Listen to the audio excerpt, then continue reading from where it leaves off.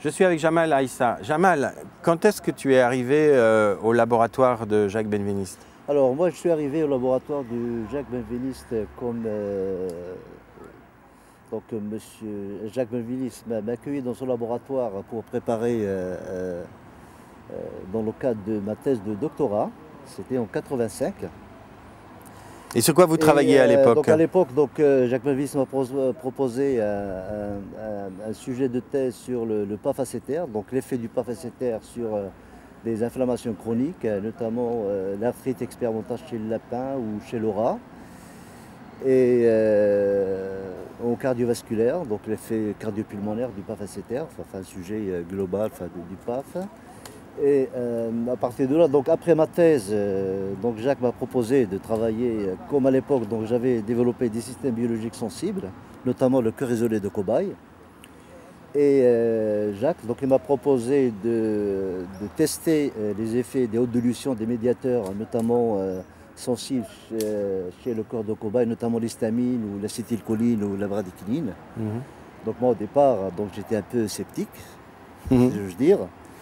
Et donc il m'a proposé de faire l'expérience. Donc j'ai fait l'expérience un jour et donc j'ai vu un effet à haute dilution. Donc contrairement à un contrôle où le cœur n'a pas réagi, et du coup j'ai refait l'expérience pendant plusieurs jours. Je suis même venu au laboratoire tout seul un week-end pour refaire l'expérience. Et là j'ai vu un effet à haute dilution effectivement, et je me suis dit on est dans un autre monde. Voilà, donc à partir de là, nous avons montré indiscutablement qu'on pouvait inscrire des activités à haute dilution sur de l'eau. Et donc cet effet biologique à haute dilution qui a été supprimé par soit en chauffant l'activité à haute dilution à 70 degrés pendant 2 heures, ou on se mit la solution sous un champ magnétique et l'effet disparaît. Donc d'où l'hypothèse. Donc il y a un champ électromagnétique véhiculé par l'eau. Donc considérer que l'eau, c'est une bande magnétique liquide. Donc à partir de là... On peut effacer avec un champ magnétique ou avec de la chaleur. Absolument. Et ça a été prévu par les physiciens. Les physiciens, et ça s'est révélé. Nous avons collaboré étroitement avec une équipe de Medan, le CNRS de Medan. Et nous avons fait une publication là-dessus, et toutes les expériences ont été menées en double aveugle, codées par un huissier de justice. Un double aveugle, ça veut dire personne ne sait ce qu'il y a dans les codes. Ouais.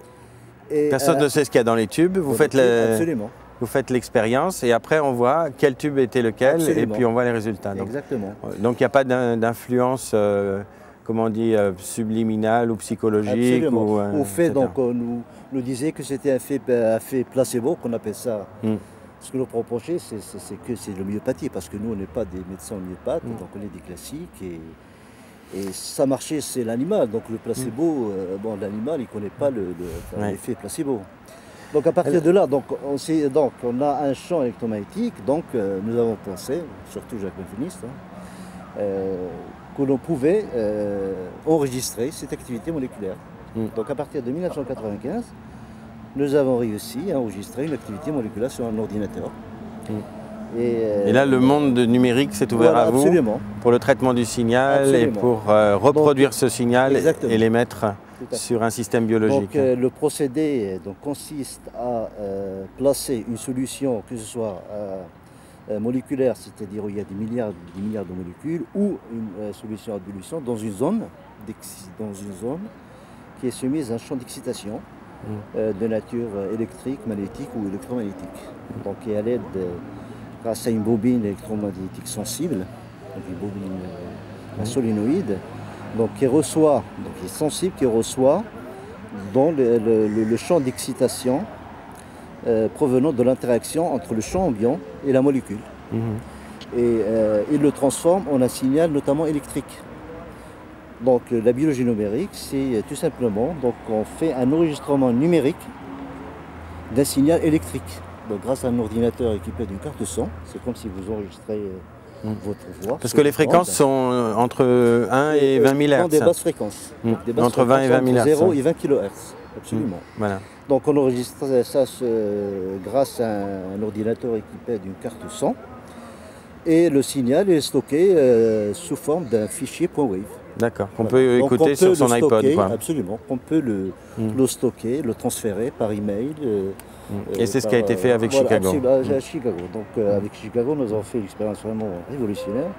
Donc ils ont fait une expérience, ils ont enregistré des activités, 20 activités. C'était de l'ovalbumine, donc une protéine.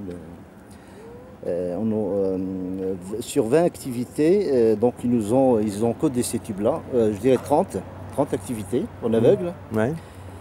Et donc ils ont envoyé ça par mail de Chicago à Paris. Donc nous on reçoit les fichiers .wave, donc on les fait jouer grâce à une autre bobine de l'eau, donc il reçoit l'information de chaque tube.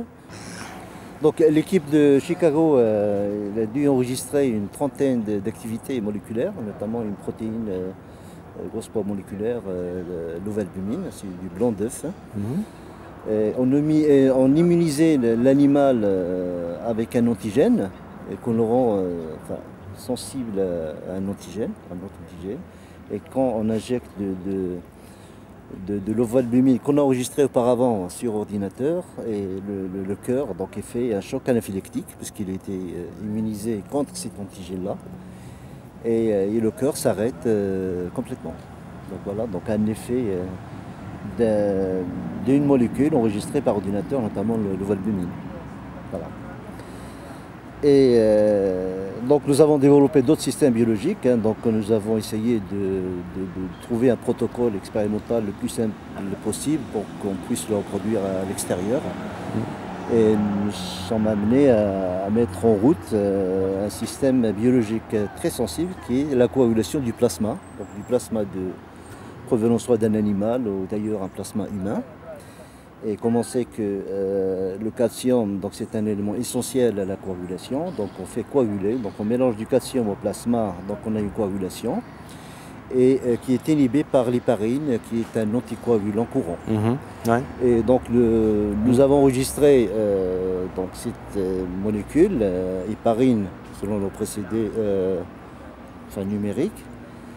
Et il s'est avéré que l'héparine numérique inhibe également donc, la coagulation du plasma induite par le calcium. Donc si je comprends bien, de Chicago on reçoit un fichier, donc on prépare un fichier une activité avec l'héparine. L'héparine ou de l'eau comme contrôle. On fait en sorte que l'ordinateur joue ce fichier sur un fil de cuivre qui est enroulé autour d'un tube à essai. L'ordinateur il joue les fichiers numérotés, codés, 1, 2, 3, 4, 5 jusqu'à 30. Et donc de l'ordinateur sort en fait une activité similaire. On fait jouer ce signal par donc il y a un procédé, on fait jouer le signal héparine à de l'eau, donc de l'eau qui est dans on place un tube d'eau dans une bobine, une solénoïde, donc qui capte l'information de l'héparine. Et cette eau-là est injectée dans le système de tampon du cœur, et le cœur réagit à cette solution-là. Donc il réagit à l'héparine numérique comme si lui injectait l'héparine pondérale. Voilà. Donc on mesurait le débit cardiaque et les paramètres mécaniques du cœur. Et donc chaque fois qu'il reçoit une information de l'héparine numérique, et le cœur réagit et se contracte. Donc vous faites passer un contrôle, et là le cœur ne réagit pas. Absolument. Donc, de l'héparine vraie, le cœur réagit, et de l'héparine qui est en fait numérisée et ensuite... Exactement, enfin pas 100% de l'héparine pondérale, mais 60-70%. Et quand on injecte de l'eau qui a été enregistrée de la même manière que l'héparine, et le cœur reste stable, donc il ne réagit pas. Donc c'est vraiment spécifique. Et nous avons fait, je peux dire, des milliers d'expériences, que ce soit en ouvert, en aveugle, en double aveugle. Bien sûr. Et l'expérience a été reproduite dans le laboratoire de Brian Josephson, prix Nobel de physique, Cavendish Laboratory. Donc là, d'ailleurs, on a découvert la double hélice d'ADN. C'est Cavendish Laboratory. Ouais. Voilà. Et notamment aussi à Pentagon, département de la Défense à Washington DC, dans le Walter Reed Army. Donc nous avons fait une quarantaine d'expériences codées. Donc il y a eu, je crois, 10 consultants dans différents domaines, d'immunologie à l'informatique, la sociologie, la psychologie. Et donc les résultats au marché étaient vraiment concluants, avec une probabilité P de 0,001. Et vous l'avez fait, les résultats sont publiés. Vous l'avez fait au Pentagone, sur invitation du Pentagone? Du Pentagone. Donc il y a une agence américaine financée par le Pentagone pour reproduire cette expérience. Qui sont intéressés par ce genre de développement. Donc elle a été reproduite à 100%. D'ailleurs, les résultats ont été publiés dans FASEB. Dans FASEB, c'est une revue, plus grande revue américaine. Ouais, absolument. Et puis Jacques Benveniste nous a quittés. Malheureusement. Trop tôt, bien sûr. Oui. Et maintenant, qu'est-ce que tu fais? Et maintenant, donc, le hasard fait que M. Montagnier, il faut l'inviter, enfin, après l'enterrement, donc on a rencontré M. Montagnier à l'enterrement de Jacques Benveniste, et donc il a insisté, enfin, il a proposé qu'il vienne au laboratoire pour voir les expériences. Oui. Et donc il est venu au laboratoire, donc je lui ai montré notre système biologique, et c'est avéré que lui aussi, il travaille sur le même domaine. Mais sur les virus cette fois? Sur le virus, oui. Enfin, M. Montagnier, c'est sa spécialité. Il a mis au point, il a mis en évidence que des bactéries ou des virus, notamment le virus du sida, donc après filtration, et normalement après filtration, donc il ne reste plus il n'y a plus ni virus ni bactéries. Et quand c'est qu'il appelait des nanostructures, donc s'il y a des nanostructures, c'est vraiment non moléculaire, parce que ça a été testé par le PCR, donc il n'y a plus aucune molécule. Et quand ces nanostructures, donc qu'il appelait des nanostructures, quand ils sont incubés avec des lymphocytes humaines, donc on retrouve le virus de départ. Donc ils sont infectés par le virus. Alors qu'il n'y a plus de virus. Il n'y a plus de virus, parce qu'après filtration à 20 nanomètres, il n'y a plus de virus, plus de bactéries. Et donc, en fait, ce que tu nous dis, c'est que la contagion ou la transmission de l'infection peut simplement se passer par la mémoire de l'eau ou un transfert électromagnétique à travers l'eau. On peut dire comme ça. Et en fait, lui, il a démontré également que ces nanostructures, quand elles les chauffent à 70 degrés pendant 2 heures, ou sous un champ magnétique ou en congélation, ça disparaissait. Donc ça coïncide avec le système. Donc le but de la collaboration, c'est est-ce que les nanostructures observées par Luc Montagnier, ils pouvaient émettre des signaux électromagnétiques comme nous avons fait pour des molécules. Donc il nous a invités dans ce laboratoire de Montréal, au Canada. Et nous avons fait une série de ménip sur une bactérie qui s'appelle des Escherichia coli dans un premier temps. Et donc après des filtrations et des dilutions successives, donc on a observé effectivement qu'il y a donc la nanostructure ou les nanoformes émises par les bactéries pouvaient émettre des signaux électromagnétiques. Donc en fait, tu travailles à peu près dans le même domaine et Luc Montagnier voudrait mettre en œuvre les observations de Jacques Benveniste pour les appliquer aux virus, aux bactéries, à leur détection et éventuellement un jour on peut détecter, là on travaille actuellement sur un diagnostic non invasif et rapide grâce à le système, grâce à la biologie numérique, de détecter soit des virus ou des bactéries à partir d'un plasma de patients infectés par une bactérie ou un virus. Et un jour de soigner? Bien sûr, absolument. Parce que, comme vous savez, le virus, on ne peut pas éradiquer totalement. Il est extrêmement changeant et donc le temps de faire un vaccin, il a déjà changé, c'est ça. Parce que même si vous, donc là avec les trithérapies, donc ça n'éradique pas totalement le virus, ça diminue la charge virale, c'est-à-dire le nombre de virus dans le sang, la charge virale, mais il reste toujours des formes de virus dans des endroits où le traitement est inaccessible. Donc on peut pas. Donc lui il pense, grâce à cette technique, on peut éventuellement éradiquer totalement le virus en envoyant déjà le détecter par le système de biologie numérique, bobine électromagnétique, et si possible d'envoyer un signal en opposition de phase par exemple et éradiquer le virus. Mais on n'en est pas encore là, donc on est encore au stade expérimental, mais ça va venir. C'est intéressant ça. Pour comprendre, en fait, l'opposition de phase, c'est comme les écouteurs qu'on a dans les avions. Là, voilà, absolument. Les écouteurs anti-bruit. Voilà, donc il y a le bruit, on enregistre le bruit, on émet le bruit inverse et le bruit inverse annule le bruit.